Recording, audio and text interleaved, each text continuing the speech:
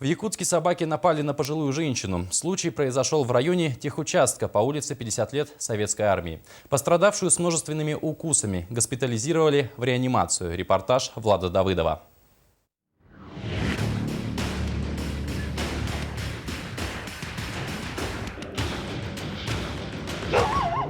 Окраина столицы, район техучастка, улица Советской армии 103. Инцидент произошел, когда пенсионерка вышла гулять с внучкой. По словам очевидцев и самой пострадавшей, на них напала не одна собака, а целая стая. Сейчас состояние женщины врачи оценивают как стабильное. От комментариев пострадавшая отказалась, у нее сильный шок.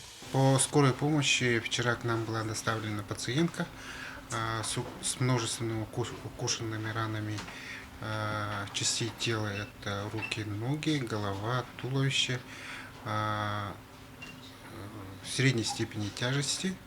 Сейчас больная находится в отделении, состояние стабильное. Были ли напавшие собаки бездомными или по халатности отпущенными на выгул хозяевами, еще предстоит выяснить. Вполне вероятно, что собаки напали бы и на внучку, но смелая женщина прикрыла девочку собой и успела завести ее в подъезд. В управе промышленного округа, где и произошло ЧП, нам сообщили, что как только поступила информация о нападении стаи на женщину, тут же организовали рейд, объехали всю прилегающую территорию, но обнаружить животных представители управы так и не смогли. Ситуация такая сложилась. Вообще, конечно, объявляется конкурс, да, по отлову и утилизации животных. Тот, кто выигрывает, потом в течение года занимается их отловом. Мы контролируем по-разному и фотографируем, и ездим вместе с этими людьми, когда они за этим занимаются. Но так случилось, что еще конкурс не объявлен.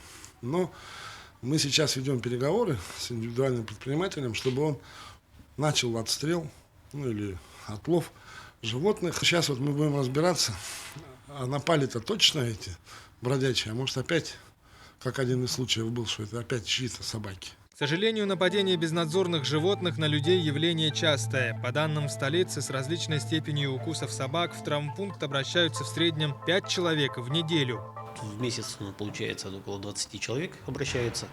За прошлый год за скорой медицинской помощью по поводу укусов собаками обратилось 276 человек, из них 116 человек детей. За последние годы, к несчастью, по республике были и случаи нападения безнадзорных собак на людей с летальным исходом. Свежи в памяти трагедии прошлого года в Беркаките Нерюнгринского района и в Тиксе Булунского улуса, когда жертвами диких псов стали 9-летние дети, скончавшиеся от укусов. Население и тогда, и сейчас призывает властей на местах к активному решению многолетней наболевшей проблемы. Предлагаются как гуманные, так и кардинальные меры. Я боюсь очень собак, потому что меня несколько раз кусали раньше собаки. Надо их или как уколы ставить, или что-то. И отстрел жалко, как бы, и не знаю даже, что делать.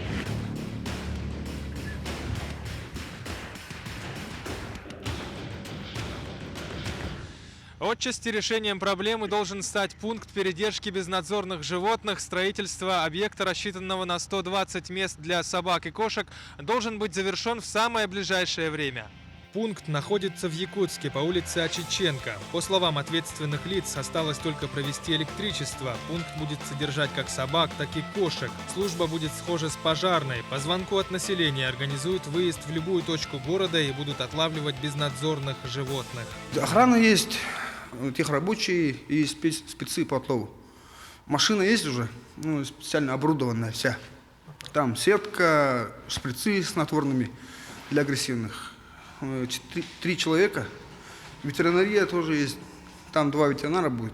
Главный врач, ветеринар, да, и фельдшер. Вот фельдшер будет ездить в спецмашине. Тоже сразу вакцинацию будет делать. В основном жертвами укусов бродячих собак становятся по статистике либо дети, либо люди старшего поколения. Оно и понятно, убежать или оторваться от диких животных этой категории населения практически невозможно. Если будет построен питомник, если будет налажен отлов собак, часть проблемы решится. Однако нам с вами в очередной раз надо быть внимательнее, осторожнее, беречь себя и своих близких. Влад Давыдов, Юрий Филиппов, Ольга Голикова, НВК «Саха», Якутск.